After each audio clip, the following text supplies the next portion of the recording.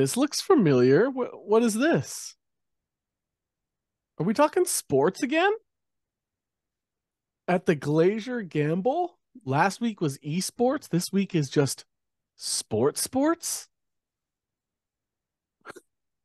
Welcome back, everybody. This is the Glaziar Gambol, and yeah, we're bringing it back. We haven't talked about sports in like a couple months now, Yeah. and we did talk to a couple people that did say they wanted to do a sports episode.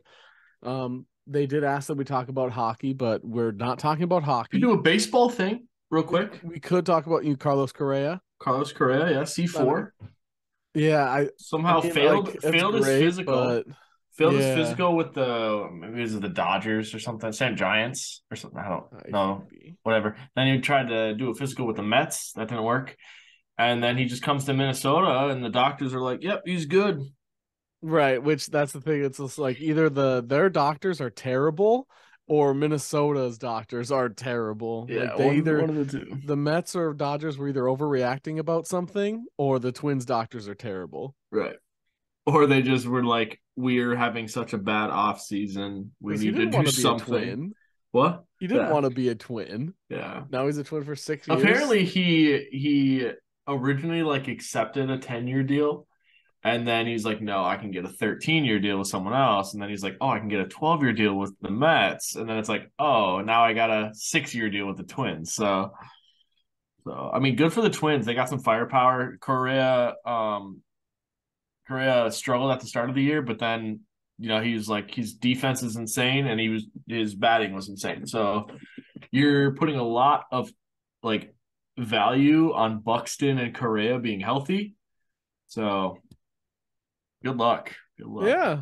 I think putting a lot into two injury prone players as your franchise centerpieces. Yeah, but think if it goes well. Like, right, exactly. You know if it goes well, that's going to be a great, actually, the Twins might be pretty good. Their pitching is still questionable, but yeah, outside of a couple. You're putting a lot. That's like, I don't know. That's putting Anthony Davis and Joel Embiid as your like big two. Right. That's putting like Karl Anthony Towns and D'Angelo Russell on the same roster. Yeah. I mean, you just don't want injury prone players as your centerpiece. You can have injury prone players, but to put them as your centerpieces is basically an all or nothing bet. Yeah. So I think the Twins are going all in. If it goes well, they could be pretty prosperous. If they get injured and they keep getting injured, if it goes the way the rest of their career has been going, I think it could be a pretty. They signed some hitters. They got some guy named Vasquez, I think. He's good. Joey Gallo is apparently just like the Sano replacement because like Sano strikes out the second most in Major League Baseball history. Mm-hmm. Joey Gallo is number one. So nice. So yeah, but he can hit it a lot far. He can hit it far. But they've done nothing to address pitching. So that's going to be an issue. That's still the problem. Yeah. But anyway, we transitioned well. Mentioned the Timberwolves, Cat, D'Lo. We talked about them. Timberwolves right now are looking rough. They keep going like on. They were looking good, streaks, and then they lose to a lot of bad teams. Sorry, my cat's rubbing up against my leg in front of it. I was like, "What are you looking at? Are you wearing pants?" Yeah, dude, like my cat is just loving it right now. But yeah, so I have like a toenail that's like a little longer, and she's just using it as just the best scratcher. She's love Nice. But anyway, that Timberwolves have a problem, and we want to talk about: is it a Chris Finch thing? Is it a Finchy problem? Whatever you do, don't look at like trending Finch on Twitter. Just avoid that unless you type out like his full name and add Timberwolves in there. Wouldn't recommend searching Finchy. Yeah, there was something I was very shocked to see under the Finch thing that was trending. Shocked. Yeah, it was. I don't even know. I was like, what? If you've ever wanted to go to France, you've ever been a fan of France, Paris, then you might see some things under Finchy that you enjoy. We'll just leave it at that. So Finch, Timberwolves head coach. Chris Finch. I'm starting to think that last year was obviously incredible what he did. I'm starting to feel a little like Sam Mitchell-y with him. Yeah. And I mean that not in regards of like we just miss shots, but like it's always like, and he's got a point, like it's effort, like trying to find the guys that have effort, and he has a point. Mm-hmm. But if you keep saying that, like you should be instilling that, and we should start to see some difference. Right. But obviously last night like was kind of like an asterisk because Anthony Edwards got hurt, left the game. And He last did night, come. you mean, because this might not come out. Oh, yeah, yeah. Okay, so on Wednesday night they played the Pistons, who were the second worst team in the league, and they are 0-7 on back to backs, but they are 2-0 in back to backs versus the Timberwolves. Yeah, the Timberwolves have not beat the Pistons yet this year. So obviously Anthony Edwards got hurt. He left the game. He came back later, but he obviously wasn't 100%. Kyle Anderson was out with a um, sickness. Torian Prince rolled his ankle He was pretty down bad. with it, actually. Yeah. Ooh, ah, ah, ah. No. So we had, and obviously little J Mac is hurt still and Cat's hurt still. But Little J Mac. um but but the second worst team in the league, should D'Angelo Russell, Jaden McDaniels, and Rudy Gobert be able to beat the Pistons? And I say yes. Yeah, absolutely. Like they should be able to beat the Pistons. So that's frustrating because like we have these bad losses to bad teams, and we can beat the mediocre teams, and we can sometimes beat the good teams, but like it's just there should be a chance. You should be able to Yeah. win these games. And the I don't fact know. he's playing Bryn Forbes, he's How playing Bryn Forbes still. like we know what they could do. Like what do you think is the solution? Bryn Forbes shouldn't get any minutes. Agreed. That's But like, so do you replace Finch mid-season? Do you give I him the no. rest of the Here's season? how I see it. I think Wendell Moore Jr. Austin Rivers has been good, a pleasant surprise. Wendell Moore Jr., Luca Garza, Nate Knight, Josh Minot, I don't think is ready yet. But those three guys that I said, Wendell Moore Jr., Luca Garza, and Nate Knight, they're all guys who don't get that much playing time. But when they're out there, they hustle. And so, like Jalen Noel can obviously put up a bunch of points really fast, but he doesn't try on defense all the time. Wendell Moore Jr. is going to try all the time he's out there. Luca Garza is going to try all the time he's out there. Nate Knight is like a Vando replacement, basically. Like he can do all the things Vando does too. Vando would be nice though. That was the one when we had our episode where we talked about the Gobert trade.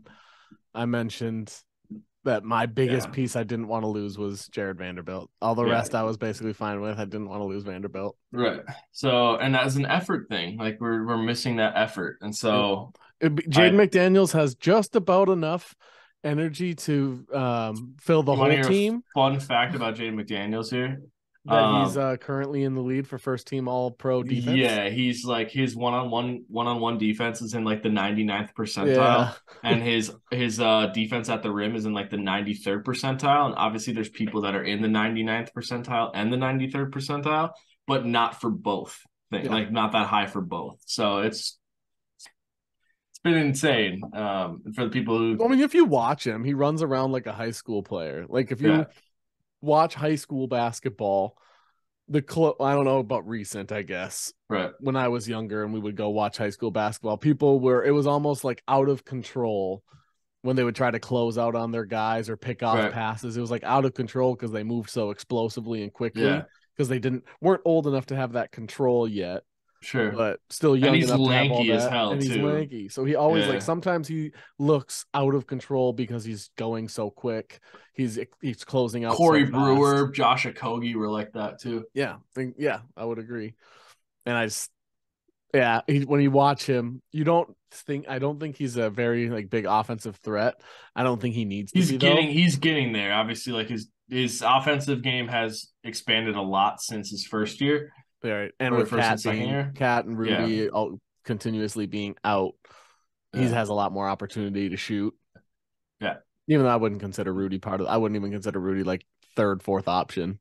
Right. Probably fifth option.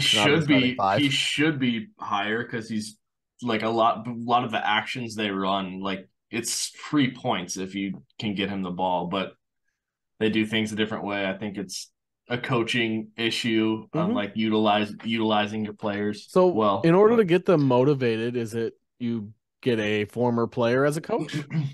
Or do you I don't know. have Here's to here so this is probably kind of like selfish, and I don't necessarily agree with it because I don't know all the information, but Ime Ime Udoka. What he did with Boston, the turnaround he made Boston, who was like Boston was like the number one defense or something, and obviously they had offensive talent. I kind of want him. Like, I feel like he knows how to utilize younger, That's talented who they thought the stars. Nets would hire. And I That was don't know like the the whole lead. story out there with what happened, but I don't know. Like, obviously, you have to wait and see what happens when Cat comes back when we get healthy. But I don't think there's any excuse to losing to like San Antonio earlier in the year Detroit. or Detroit Orlando, they lost or to being down by 20 to Charlotte. Houston, being down by 20 to Houston, having to fight your way back and get a win. Right. Just Minnesota sports overall. They just have to tug at our heartstrings. And yeah. wait, you think this game is over? No, we're gonna come back and win. It's just Right. it's gonna be you're all gonna leave at halftime, and then when everybody's gone, we'll play better. Right. Yeah. Unless it's the Dallas Cowboys. Yeah. We got roped in that one. Speaking of the Vikings, though, they're in the playoffs. They are in the playoffs. They're in the Super Wild Card weekend, if I'm not mistaken. They're part of it. Yeah. Right? Yeah. Well, yeah, they play Sunday. Yeah, so super wild card weekend. Like I really wish they would just do Sundays, just go all out with it. Because super wild card weekend sounds stupid. Yeah, because they do games on Sunday or Saturdays to kind of give everyone a time slot, not have to double up on anything. Right, and make now the because they maximum added money. the more games. Yeah. So yeah, just trying to super. Well, just call it. It just sounds like a title. It's like just call it whatever because we're just doing it to make money. Right. Like just call it. Who cares what they call it? Let the players name it. No, we don't care what it's called. I don't know. Super weekend. Yeah, sounds fine. Superheroes are a big thing. Super wild card weekend. Right. Yeah, the announcer can say it. All right, we're good. But anyway, the Vikings are part of that. Just don't mind me. Do you have a tent in your? What's going on back there? One of the things my daughter got for Christmas was a castle. It's a pink castle. Oh, okay. So this is a pink castle that gets used by my cats more than my daughter. Yeah. But yeah, it was a gift from my family member, a family member. So pretty cool. Anyway, that's what this is. Sure. And so the most picked upset in Vegas is Giants over Vikings. Yep. I think it's fair, but I think the one thing people always have to look out for is this brand, like for some reason a random underdog every week gets hot and all the bettors pick that underdog. Sure. And then that underdog gets beat as expected. Right. The Vikings are what, -3.5? Yeah. Yep. Yeah, Vikings win by like 24-21. That sounds about right. Yeah. I don't expect the Vikings. I don't think the Vikings are a great team. I don't think they are a Super Bowl ability team.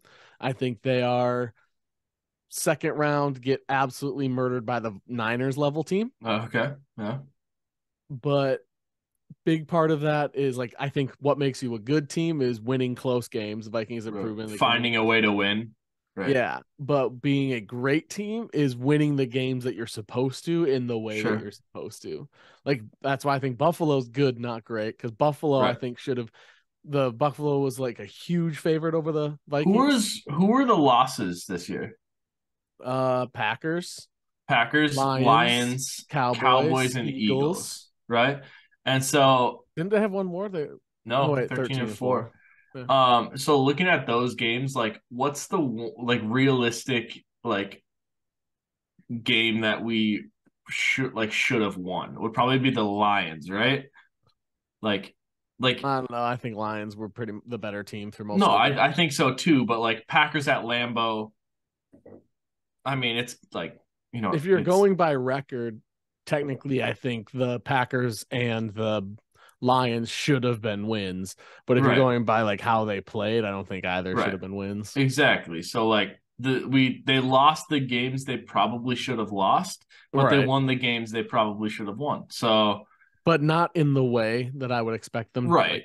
Like if you go up against the Colts, like you shouldn't need a 61-yard field goal to beat the Colts. There's gonna be outliers, but the Vikings have had like the most close games. Right. Like you might have the Chiefs losing to the Colts. You might have like one of those off games, but for the most part, the great teams, when they play like a 2-8 team in the middle of the season, they win by 20. They win by 2 touchdowns and 2 scores. No, I get that, but then like the Chiefs beat the Texans by like less than 1 score, so they needed overtime to beat the Texans. So like, and I know I keep adding stipulations, but I mean the Texans played everybody hard this year. They just lost all the time. Except when it mattered. They didn't lose when they needed to. Smooth. But what was it? The Jets got stomped by, was it the Bills? Like it was just the great teams, I think, handle the bad teams. I just said I don't think the Bills are, because they should have beat us harder, in my opinion. And they have had a couple questionable things. I think Dayball has caused them to drop from great to good. That's another thing. Coaching is another thing that makes you up to that great level. And KOC, we don't know necessarily, or Ed Donatel, we don't know either of those guys, whether or not like this is what they actually bring to the table. I mean, I think that wins are the ultimate, counter of how well you're doing, but this is like all the stats are kind of damning against this team. Like the only team ever to have a negative win percentage after how many wins. Right, but you could take the counter of that and been like, they're proving everyone wrong. You know what I mean? Exactly, which is what seems to be doing, and now they're favored, and everybody's like, it's Kirk Cousins in the middle of the day, so he shouldn't have any, like, they keep talking so positively. I think the thing that's going to help them is all these bets towards the Giants, that because everybody's picking the Giants. I think Daniel Jones is going to have over 100 yards rushing. I think he and Saquon are going to determine the winner and loser.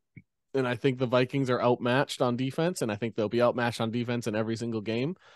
Even if they made it to the Super Bowl, they would have the worst defense in the entire playoffs. Right. The thing with our defense, though, is they may give up a ton of yards, but much like the regular season, they've made plays when they need to make plays. So my biggest question is Justin Jefferson.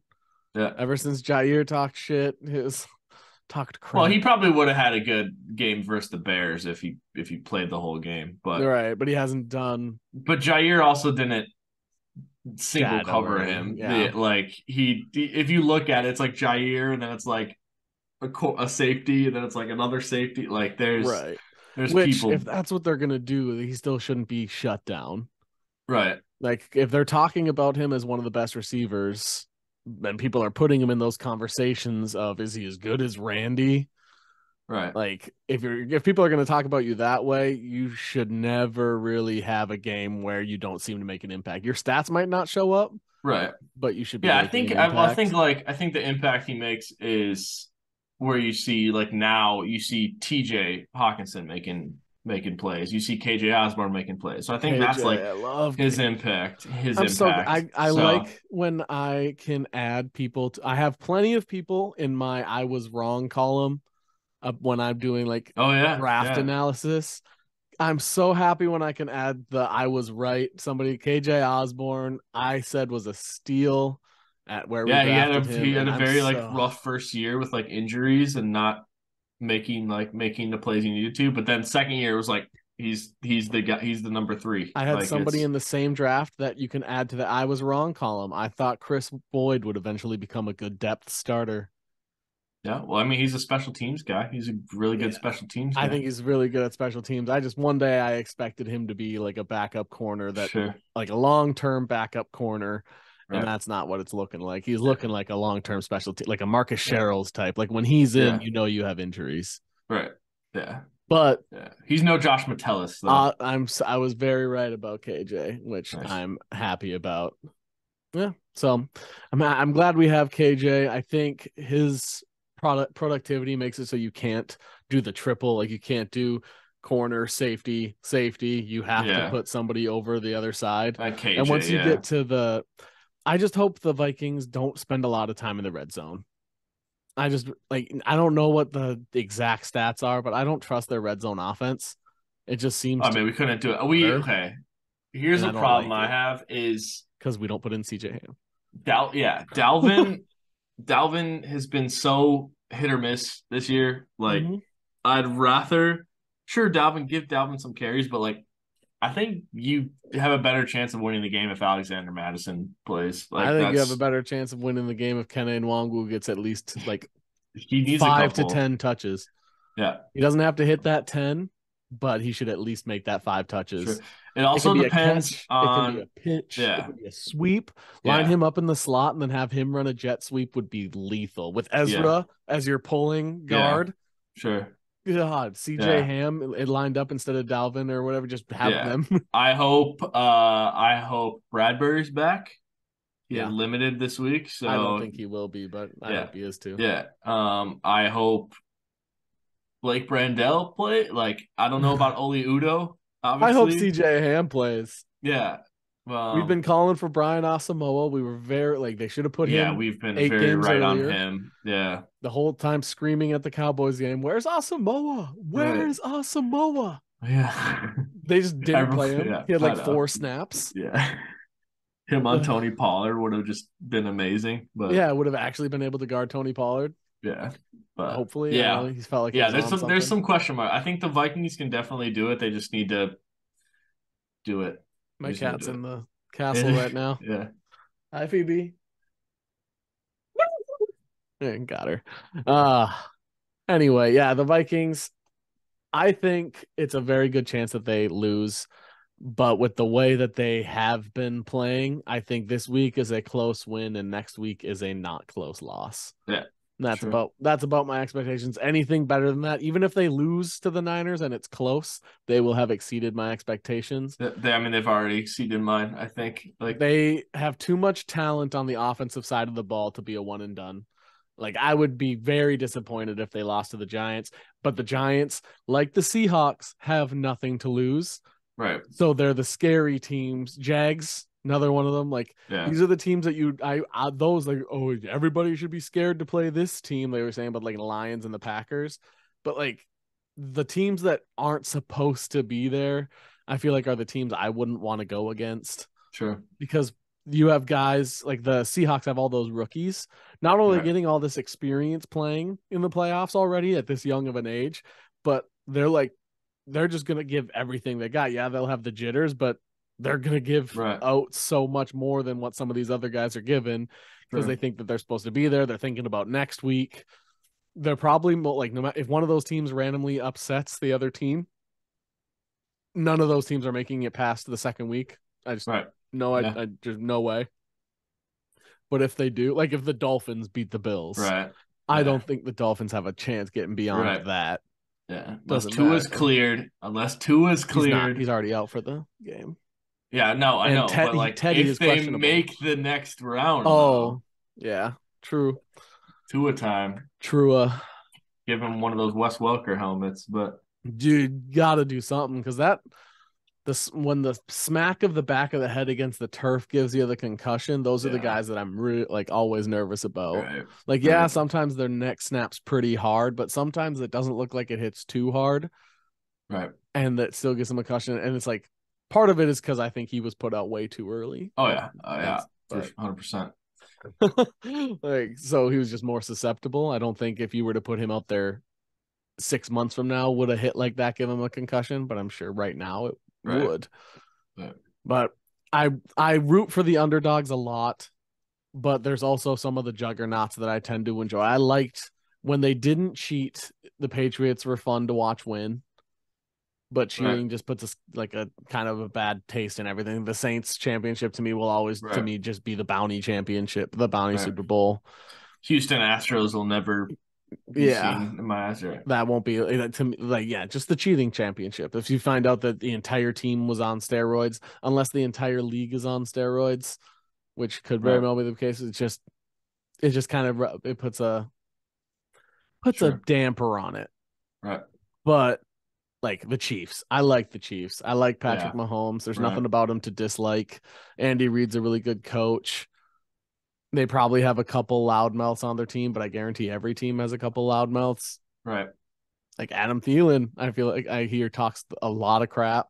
So Yeah. it's like, yeah, every team's gonna have a loudmouth, so you're gonna if you have to get over that. But I like those teams. I'm not a big Bills fan, I but a lot of people put Mahomes and Allen in the same category, and I no, can't do it. So there's nobody in Mahomes' category, but there are guys fighting for that second place spot. right. Burrow is probably number 2 to me, but Yeah, sure. I'm Allen, biased. I think Herbert Trevor Lawrence is hasn't going to get there. Herbert, I Herbert think, hasn't has hasn't done anything. no, So no. I think he's a good, like, he has the skills, but as of right now, I wouldn't consider him in that same group of people. yeah, Like, I I get think if that, he can make the championship game, he'll be in that kind of Burrow talk. right? If But he can he make hasn't the done. playoffs every year, like 5 years in a row, that'd be Yeah, awesome too. yeah, Like, nobody can do what Patrick Mahomes is doing yeah, because he has a coach. He was in the perfect situation since day one. yeah. So that's his advantage as opposed to Josh Allen, who has had to overcome more. Right, But he's not in Mahomes' category. I right. think Joe No, Burrow is close because to me, I think the Bengals it's going to be Bengals Niners. sure. I know that it's See the weird. Bengals. No, what? No, I I know mean it's like weird to say Bengals. Niners, but I think Brock Purdy's good enough to make the Super Bowl if You're Jimmy right. Garoppolo is. Yeah, I think the Bengals are very fortunate to have the offense they have.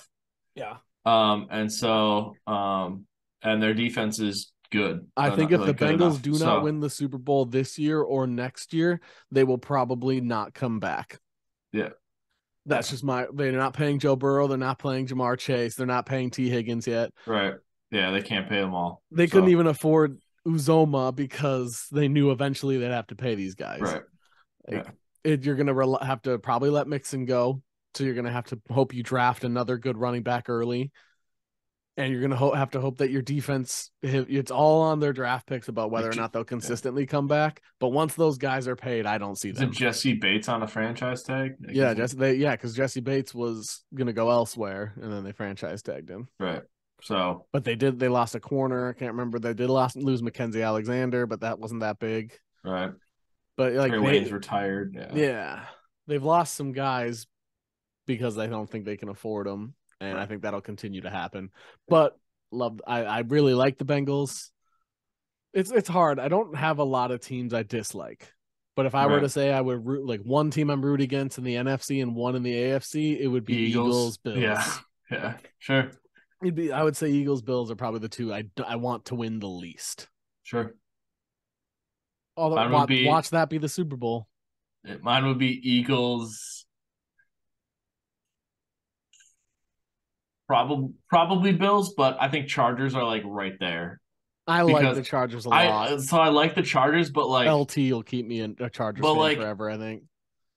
I just don't like the narrative around Herbert being like this upper tier guy when he hasn't done Oh anything. yeah, yeah. So I don't like that, but them as a team, I like a right, lot of their right. players. I know you like Mike Williams, your boy, Mike Mike Will, Williams. yeah, Yeah. I How thought many he was times did I have what's the tight end that's like 40 years old that I always drafted? Antonio Gates. Antonio Gates. Yeah. Uh, Always drafted him. Oh, Antonio Gates had Antonio, three my catches dad for had LT during one of his like 20 some touchdown years for when he did fantasy football when I was yeah. younger. Like I'd be like, I'm gonna pick up Antonio Gates this week because George Kittle's hurt. Um Antonio Gates had three catches for 9 yards and three touchdowns. So right, all three yeah. catches are TD. Yeah. Yeah. So, But anyway, do you think the Vikings are going to win? I do think the Vikings Do are you think going to it'll be win. close or they'll win by at least a touchdown? I don't think it'll need a 61 yarder to win it.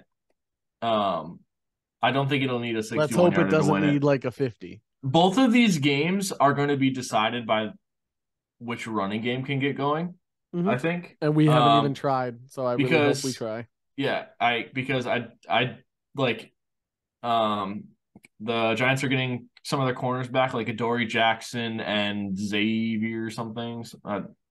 Sorry, I don't know your name. Xavier or something. So speed and a guy, I don't know.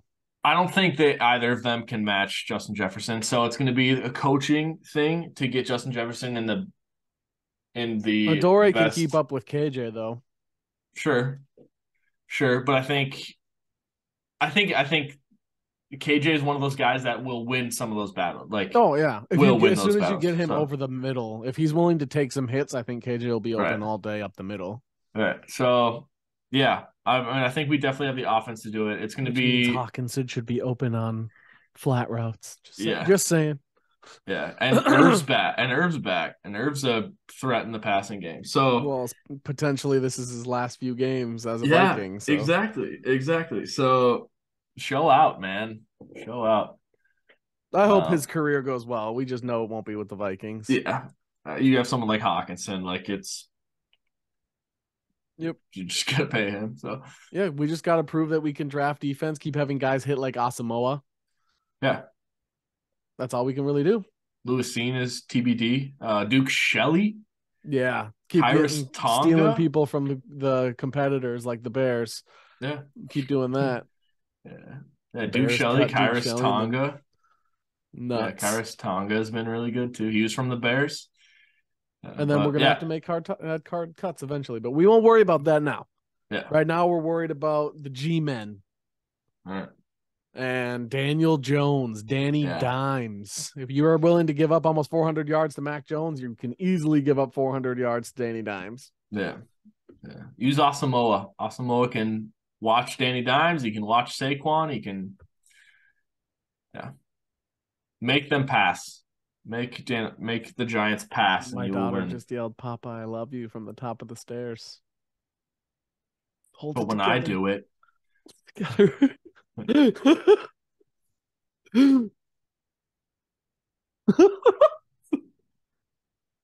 Papa, all right. So anyway, we both think Vikings win. I think, like all games in the NFL, either team could win any given Sunday. God, focus on me, man. Stupid ass camera. Stupid ass. Anyway, thank you all for coming by. We got a bunch of new subs from last week's video, so thank you. Oh my God, focus on my face, please. Jeez. Me. Thank you all for watching this week, and we will see you next week. You all look great today. GG.